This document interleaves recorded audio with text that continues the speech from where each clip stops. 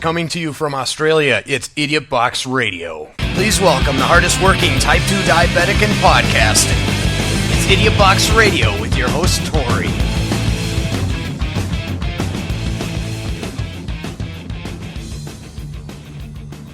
Hey there guys, how you doing? Tori here, idiotboxradio.com. Shut up, nature! Sorry, it's not what Joe Rogan would do. He'd have his own fucking studio. I interrupt this broadcast. No, I decided to record. I saw the other day.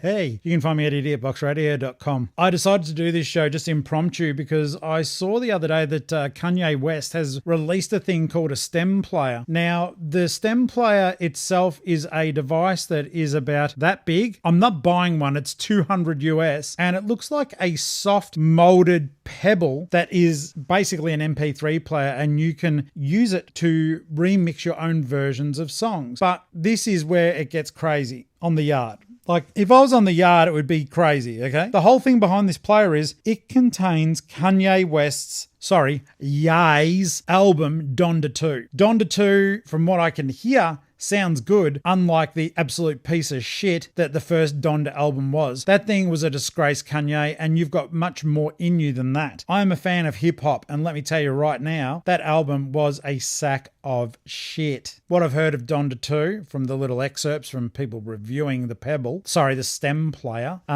it sounds pretty good from what I can hear from dumb people remixing it. But one thing I wanted to bring to your attention, like, I've done my research, guys, because I'm a man of knowledge and wisdom, but basically the stem player, it looks like a sex toy. It looks like it's made out of the same silicone as a fucking fleshlight, and it looks like if you find the right button to push, it may just vibrate. Use it how you will. You're meant to be like mixing and matching and moving the tracks around, and in all honesty, it looks very innovative as something that can remix music, but it's fucking $200 that you're essentially having to pay to listen to Donda 2, and I think that's bullshit. If you want to remix it, and I've seen videos where people do upload other tracks and they mix them in, and it does seem to do it quite effortlessly, and then you can put them back out again as a remix track. But where does that sit in terms of copyright? Like, this device is basically a personal toy. Did you like that? I worked it back in. It's a personal toy, and you're not going to be able to output any of those songs because fucking no one's given you permission to mix those tracks and pull them apart. And this is the other thing too that I do want you to consider, because like they have all these reviews, and I'm sure that Ye and the stem player creators, I think they're called Kanye, they want you to buy this device, but they don't explain to you that fucking almost everything you listen to nowadays is digital rights management. So what that means to you and me is the tracks themselves are all locked up. They're not designed to be dragged somewhere else and used and then output into a format that you can share with other people. Every time you upload as long as it's long enough, as soon as you upload a remix, and say YouTube or any other streaming service can pick up what the fuck it is you're doing, demonetized, warnings, corruption, and vice. I think though we are going to see a lot of these stem players being used on fucking X videos or RedTube in the amateur section with someone figuring out the vibration feature. I'm just putting it out there. I don't make the fucking rules. But yeah, have a peep. Look up stem player. Type in Google stem player Kanye and